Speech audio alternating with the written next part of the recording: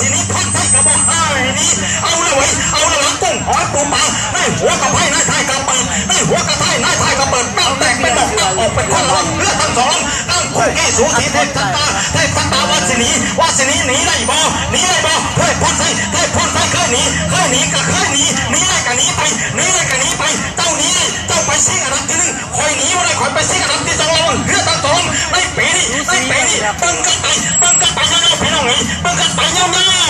เอาไก่สอดสู่ทั้งหน้าพังไทยแล้วพี่น้องติดตามเลยติดตามชมกันให้แต่พอไทยลงมาแล้วแต่ชมมาเลยแต่พอไทยจี้เขา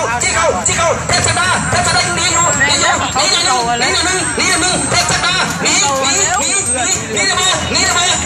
แก้วหนึ่งเทพชดาจี้มาแล้วสบายดีนี่เลยเพิ่มไปกันนี้ไปเทพชดาหนีขึ้นมาเทพชดาหัวเรือสามกันจี้กันมาไอ้ตัวนี้เทพชดาหนีมา